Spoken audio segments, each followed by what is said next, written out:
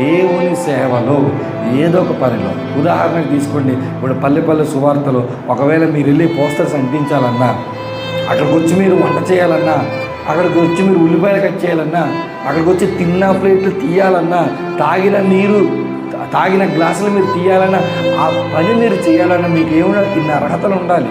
మీరు అనుకుంటారు పల్లెకి పిలిస్తే ఎవరు రావట్లేదండి, పని చేయట్లేదంటే వాళ్ళకి అర్హతలు లేవు. సేవకు ఇవి కావాలని మేము సహకరించమని అడిగితే సహకరించట్లేదు. ప్రాబ్లం ఏంటో తెలుసా? డబ్బు వాళ్ళ దగ్గర లేదని కాదు, అర్హతలు లేవు. వాళ్ళకి అర్హతలు ఉంటే వాళ్ళే వచ్చిస్తారు. అర్హతలు లేనివాడు దేవుని పనికి సహకరించాడు, అర్హతలు లేనివాడు దేవుని పని చేయడు, అర్హత లేనివాడు సహవాసానికి రాలేడు, అర్హత లేనివాడు మందిరానికి రాలేడు. అలాంటి ప్రాబ్లం కాదు, అర్హతల ప్రాబ్లం. ఈ అర్హతలు ఉన్నవాడే పరిచయం